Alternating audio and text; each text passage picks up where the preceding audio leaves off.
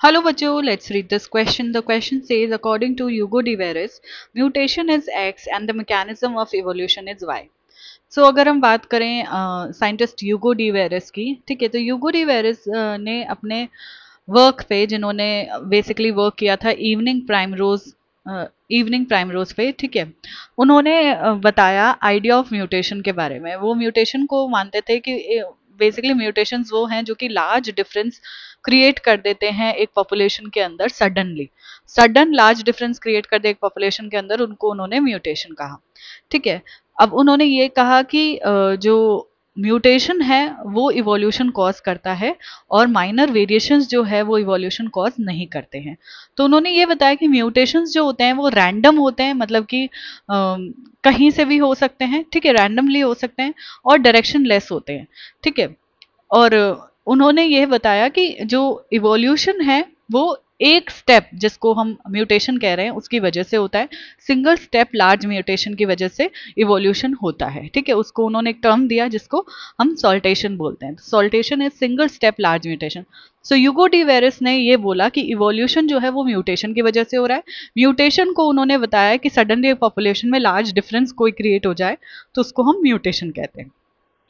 ठीक है, और उनके अकॉर्डिंग म्यूटेशन जो थे वो रैंडम थे और डायरेक्शनलेस थे।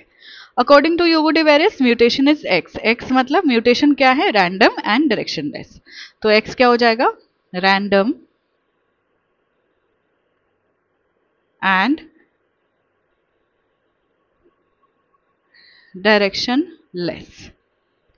ठीक है, वहीं y क्या हो जाता है? उन्होंने कहा कि and the mechanism of evolution is, mechanism यानी इवोल्यूशन कैसे हुआ है?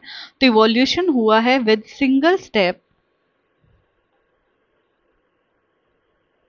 Large mutation, single step large mutation. ठीक है, इसको इन्होंने टर्म दिया सॉल्टेशन।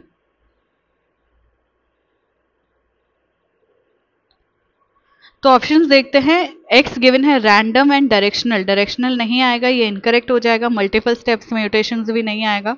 बी गिवन है random, directional less and saltation, तो बी करेक्ट जा रहा है हमारा। सी में गिवन है स्मॉल एंड डायरेक्शनल, ये इनकरेक्ट हो जाएगा। फिनोटिपिक वेरिएशंस भी नहीं होगा। एंड डी गिवन है स्मॉल एंड डायरेक्शनलेस, ये भी इनकरेक्ट हो जाएगा। हमारा जो करेक्ट आंसर चला जाएगा यहाँ पे वो है ऑप्शन बी। इसके रिगार्डिंग इन्फॉर्मेशन आपको 12th के न्यू एनसीईआरटी में पेज नंबर 119 पे मिलेगी। आई होप कि आपको ये क्वेश्चन अच्छे से समझ आ गया है।